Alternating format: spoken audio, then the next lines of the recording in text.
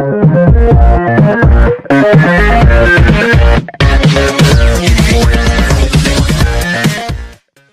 good day.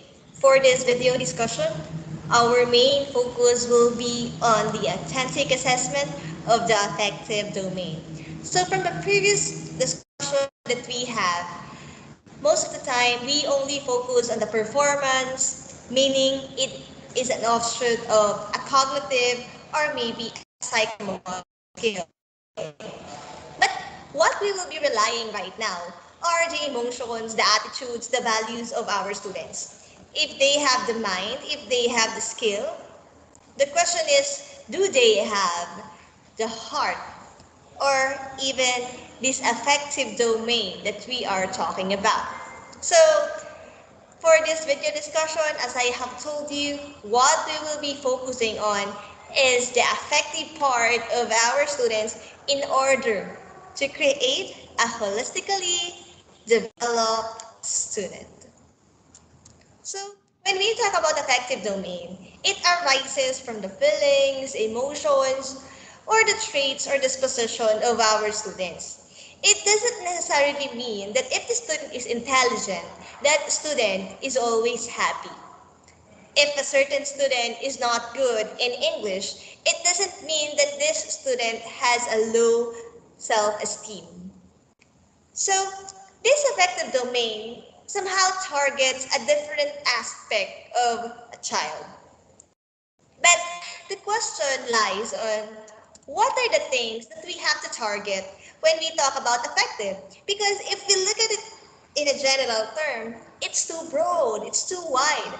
That's why, one by one, let's tackle it. Okay? So, there are the attitudes, traits, values, opinions, preferences. What do they like? What do they dislike? The academic self-concept, the self-esteem, locus of control, emotional development, social relationship, altruism, moral development, and classroom development. With this lot of targets that we can focus on, I will only be choosing to discuss here the most important part and the most commonly used in a classroom setup. Okay, so let's start. The first is the attitude targets. When we talk about the attitude targets, it refers to one's predisposition in responding to various things, like situations, ideas, or person. Like, what is your attitude towards a certain person, towards a certain situation, towards a certain idea? What's your attitude about that? So it can be either a positive attitude or a negative attitude. Actually, with the attitude, we are targeting like what's good and what's not so good with the students. For example, if we are talking about studying, would a student should have a positive or a negative attitude? Of course, we have to tell them that studying in doing this thing, they should have a positive attitude. And that is something that we do whenever we target the affective domain. Yes, for example, you were able to discuss to them the subject-verb agreement or maybe the types of nouns. But the thing is, behind these cognitive skills, is it really fun for them to learn? Why do they need to learn it?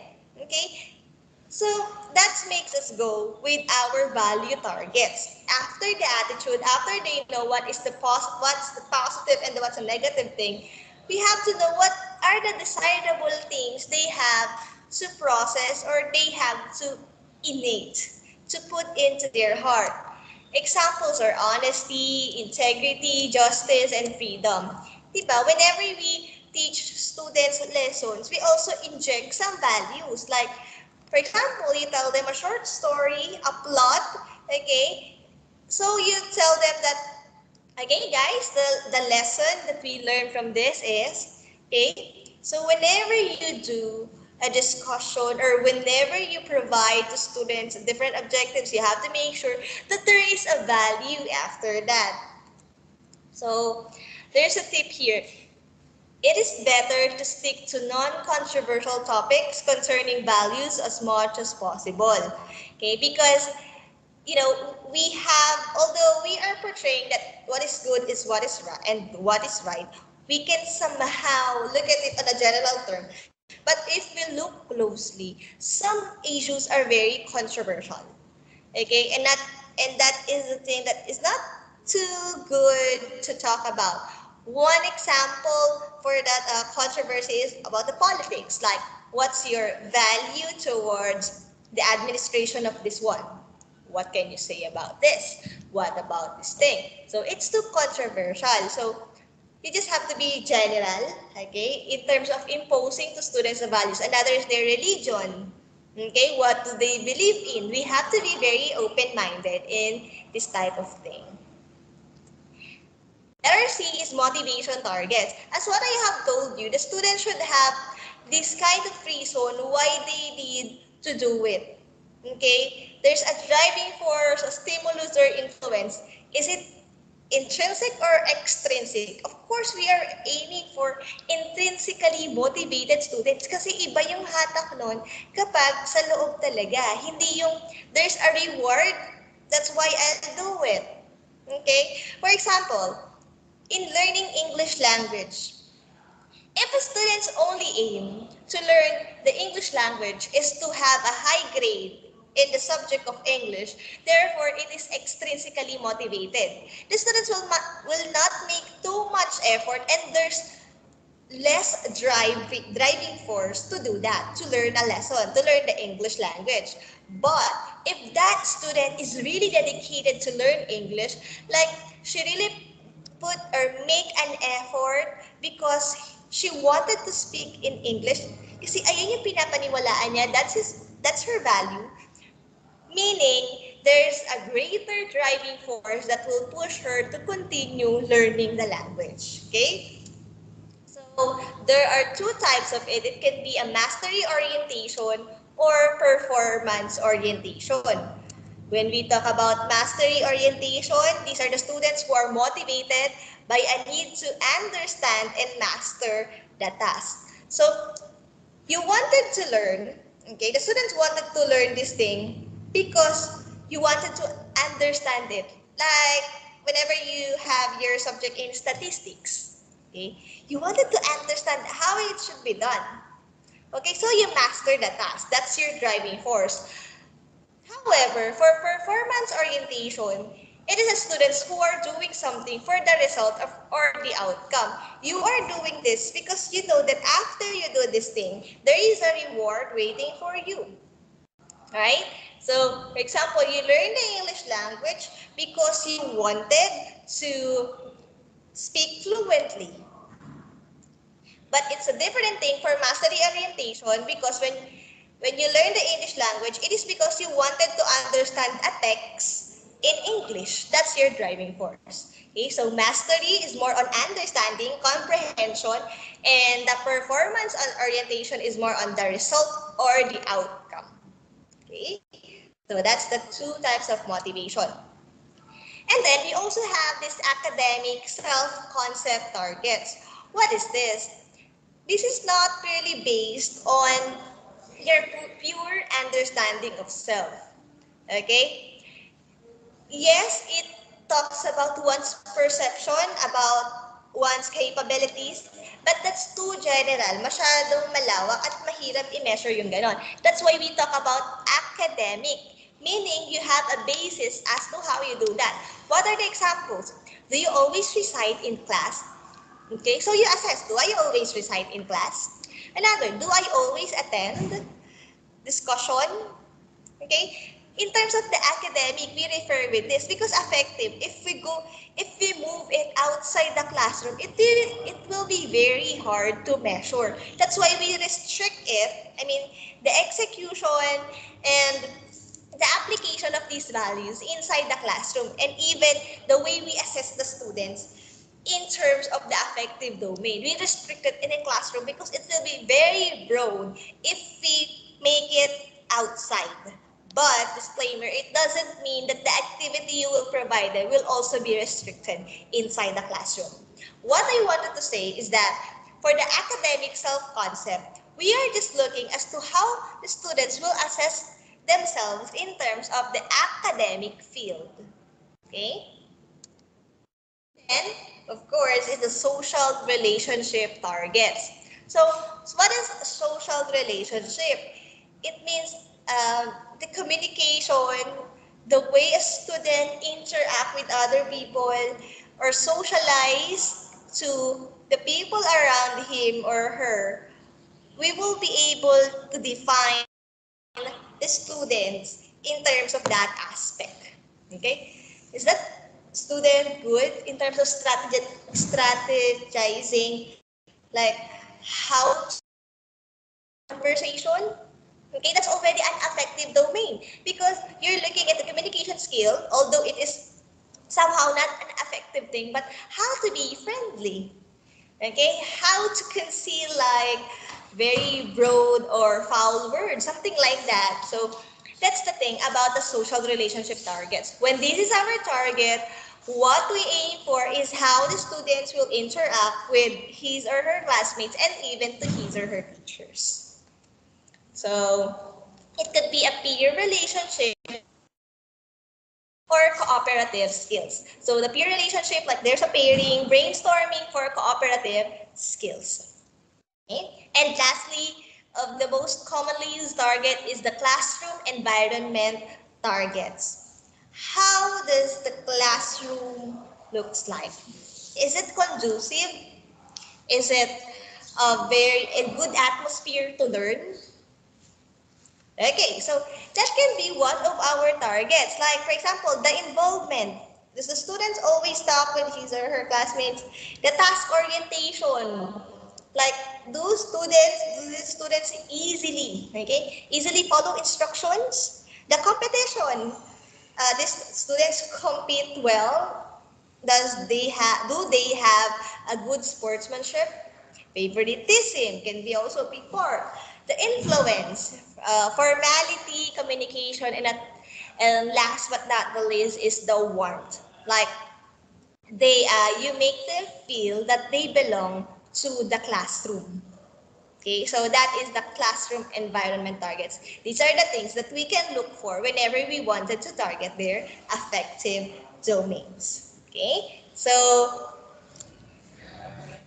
that's it for the different targets that we can look for whenever we have the affective domain. So after we learn about different learning targets for the affective domain, in the part 2, we are going to identify the different methods as to how we are going to assess the affective targets. So, right, we discovered that we can measure the attitudes, the traits, and even is it positive or the negative thing, the personalities that they have, or maybe,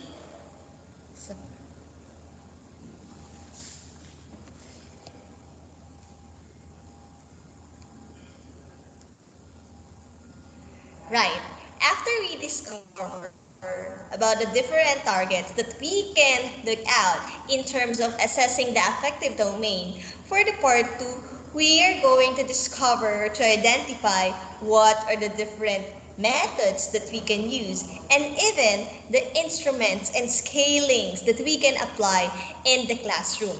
Yes, we can measure even these traits, these personalities, but how are we going to do that? What are the specific methods we have to use? So in this part, that's what we are going to tackle. But disclaimer, okay, we are not objectifying, okay, sometimes we can objectify a little but not really because we are talking about the personality here. We can objectify it in a sense that we put a numerical value with the traits, or okay, with the given habit or personality of the students. So let's start. The number one method for effective domain is a teacher observation. I think even we are like not aware of that, there's an observation that is coming, right? You as future educator, you can notice that. For example, even in online education, I can observe those students who always recite, who always attend classes, and at that view, you can already say na, the students is responsible, these students may lack something, things like that, okay? That's for teacher observation. So, specific behaviors and actions that correspond to positive or negative emotions of the trait. So, it can be positive or it can also be a negative thing. Another, it can observe approach behavior or the avoidance behavior. So there are two things as special educator that we can look for or watch out in terms of observing the students. The approach behavior is about the positive things the students portray, and the avoidance behavior are the negative things they portray. So for example, approach behavior is he or she is never late or never absent in your class, meaning it is an approach behavior. But it is an avoidance behavior if this student is always late, rarely focuses in class, or maybe even rarely enters your class, right? So it is part of teacher observation. And then this observation can be structured or unstructured. If we say structured, there is a document or a paper that we are following. For example, you provide a checklist like student is doing this, student is doing this, and blah, blah. There are enumerated actions or habits of this kid, and then you are checking it. Okay? How about for unstructured? Well, it's the most common and a very practical way of observing the students. Like it is your own perception, how you look with that student. You are like generalizing, okay? And you look at it at the end of the day. Like, is there progress with the students? So you're looking at it holistically. Okay, unlike with structure, you are looking at it with a different characteristics, with the checklist or the trait or even the descriptions you have provided in the document. So that's for teacher observation. Number two, student self-report. So what about this? When we talk about the student self-report, of course, it comes from them. With the name itself, with the self thing, with the name itself. So you can you can get this from student interview, like you ask them question one by one, okay? Or maybe survey and questionnaire. If they're too shy, if you know your students are too shy to like approach you, you can do it like this. So they have more confidence in writing authentic feelings. Well, it's like they have the more confidence to be more valid. Okay, the results you will be getting is more valid if it's survey questionnaire, especially if this kid or child is very shy. And lastly, can be reflections or journals. Like you ask them to do a reflection every week, a reflection log every week, and then you read it. And that's it. You will see the progress, the attitude of the student towards your subject. Number three is peer ratings. If we have the teacher in number one, the self in number two, number three is for the classmates around him or her, or maybe even friends. So it has students evaluating his or her classmates like, how do you observe your classmate in this aspect?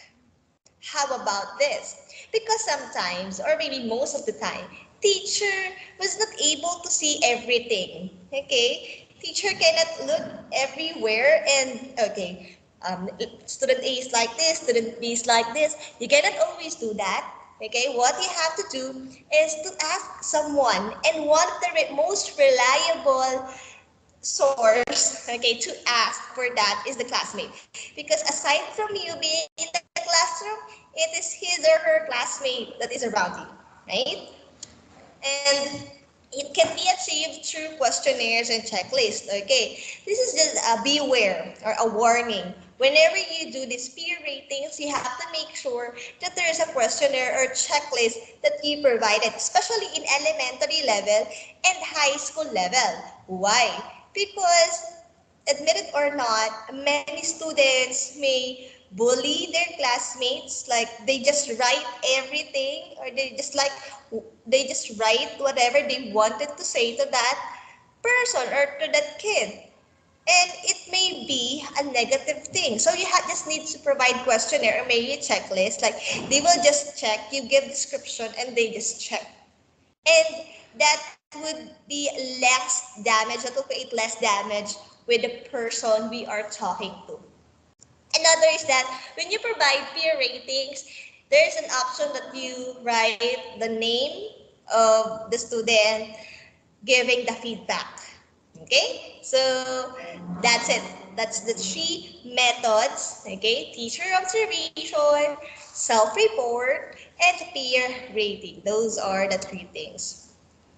Now, in choosing these three methods, we have to consider following factors. Like number one, type of effect that needs to be assessed.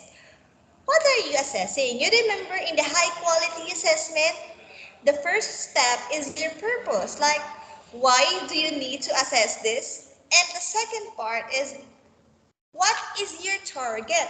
Okay, after you identify the reason, you have to determine your real objectives. If your objective is more on how the students view himself or herself, of course, what you are going to choose is the self-report. You have to avoid the teacher observation and the peer rating. Okay, so it depends on the objective. Number two, if the information needed is from group or individual response.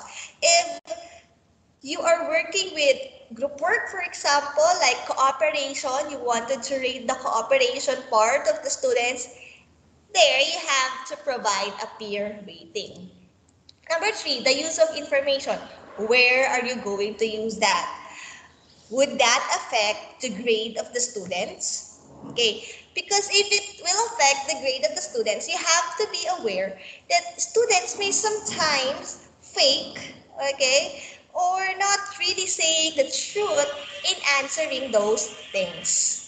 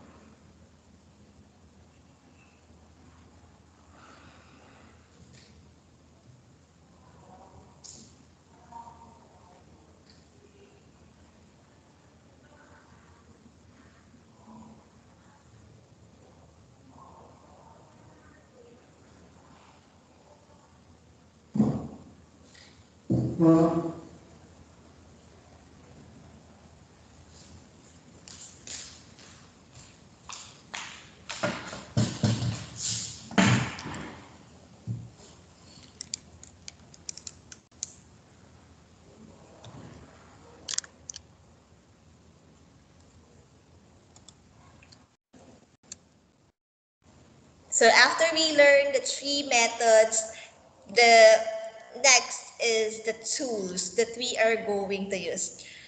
So what are these tools that we have to apply or maybe to facilitate in the class? First are the checklist. Okay, so when we talk about the checklist, it helps the students in organizing what are the things that he or she needs to improve or to focus on. Okay? You know, it's very hard to target affective domains, especially if it's generalized. So as future educators, we have to make sure that we are specifying specific things. Just one trait at a time, okay? Just one at a time, okay? Not everything will be polished. So you have to take it little by little, bit by bit.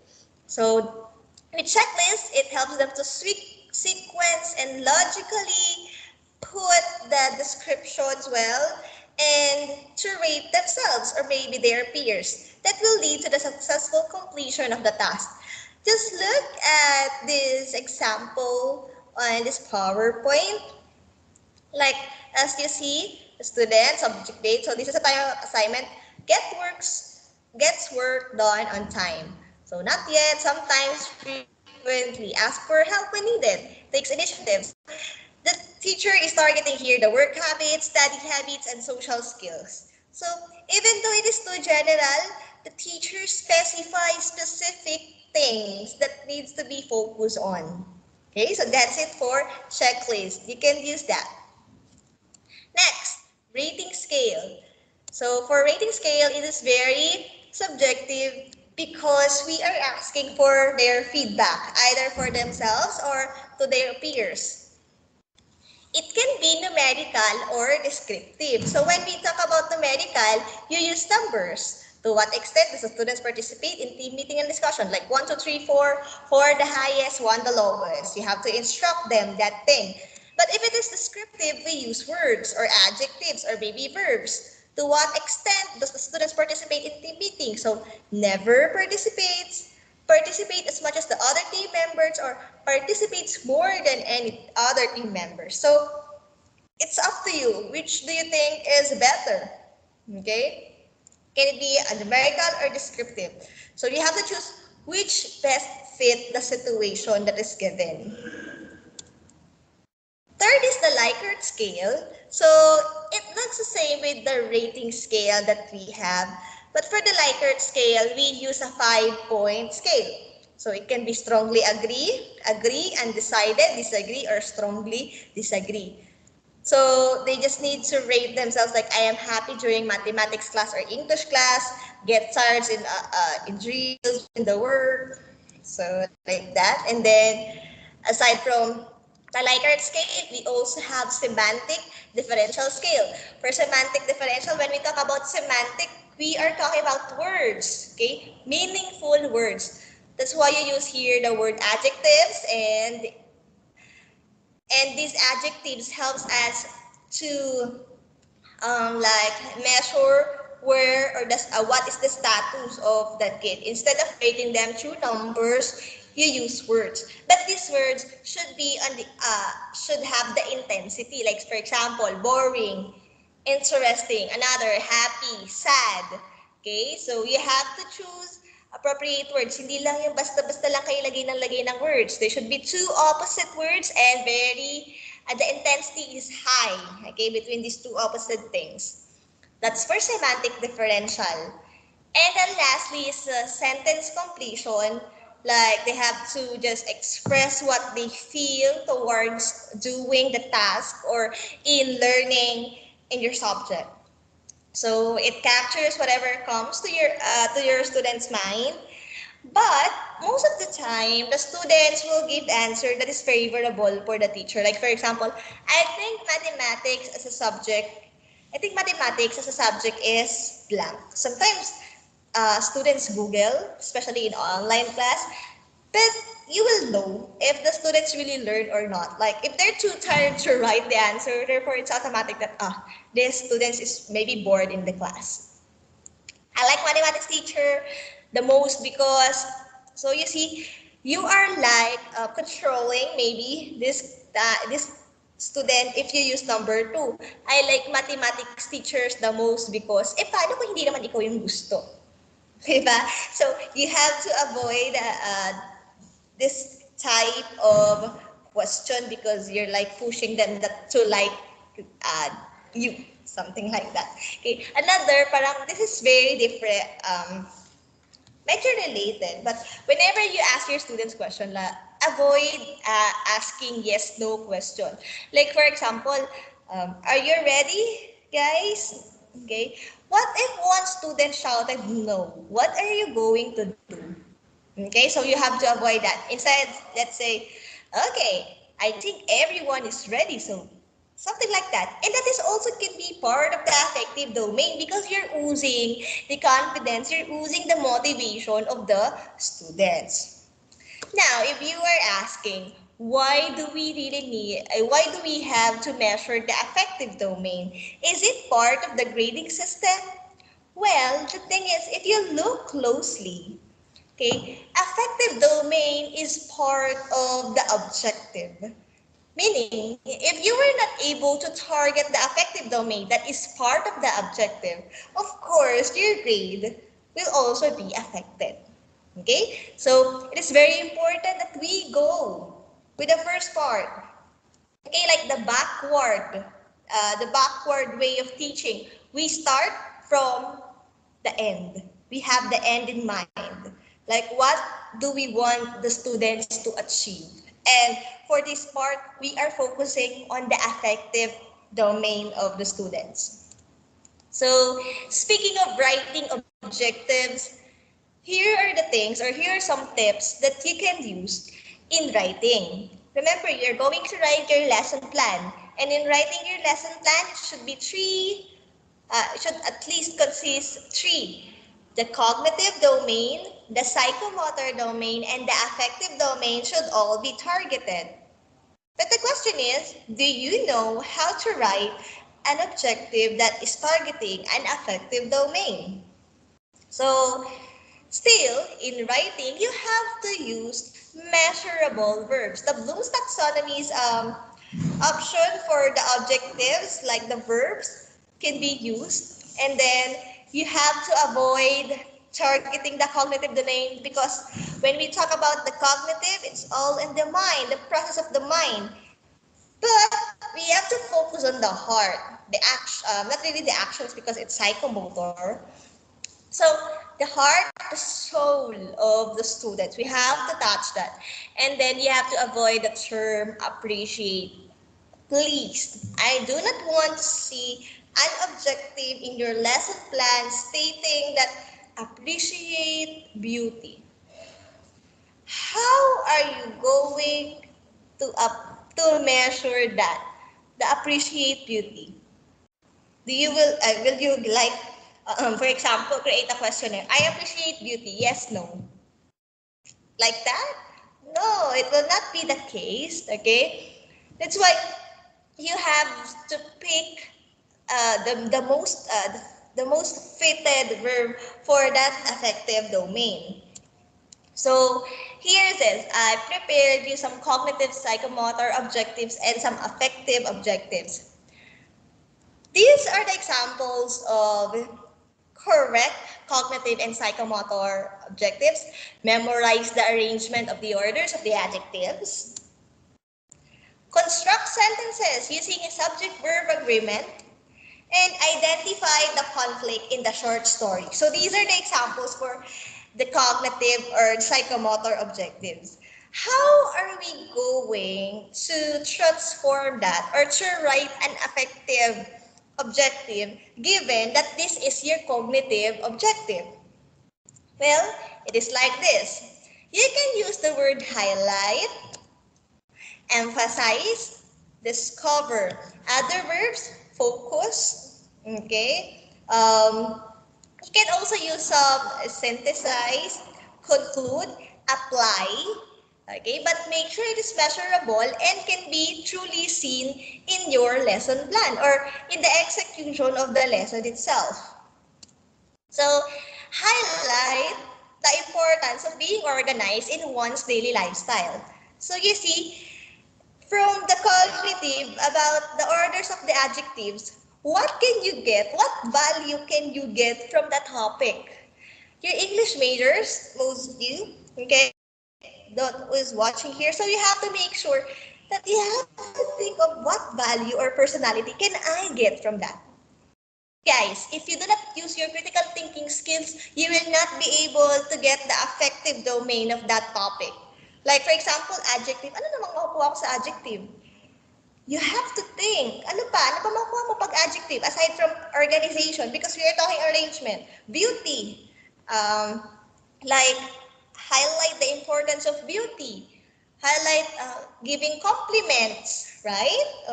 So you can have an activity doing that. So for example, highlight the importance of being organized in one's daily lifestyle. If that is your objective in the lesson plan, how are you going to put it in the task, like performance-based task or authentic task?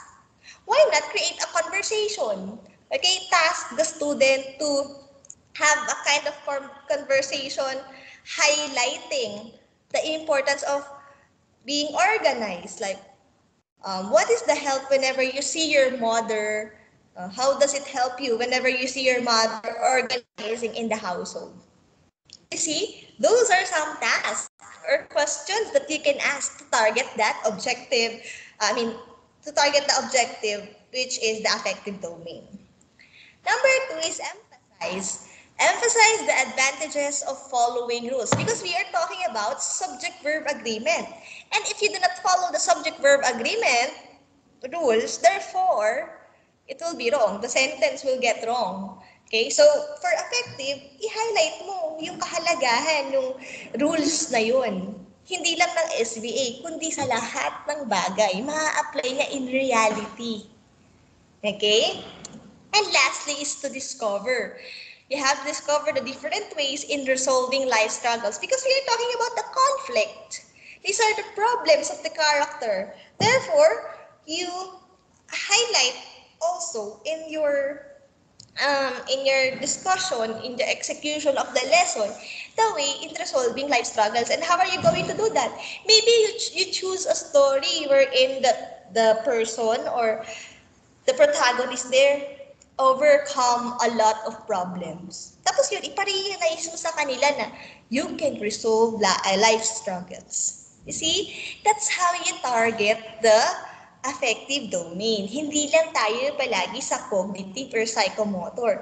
We also need to focus on the affective. Okay, so that's it for writing the objectives. I do hope that in writing the lesson plan, especially for your demo teaching, you do well in writing that.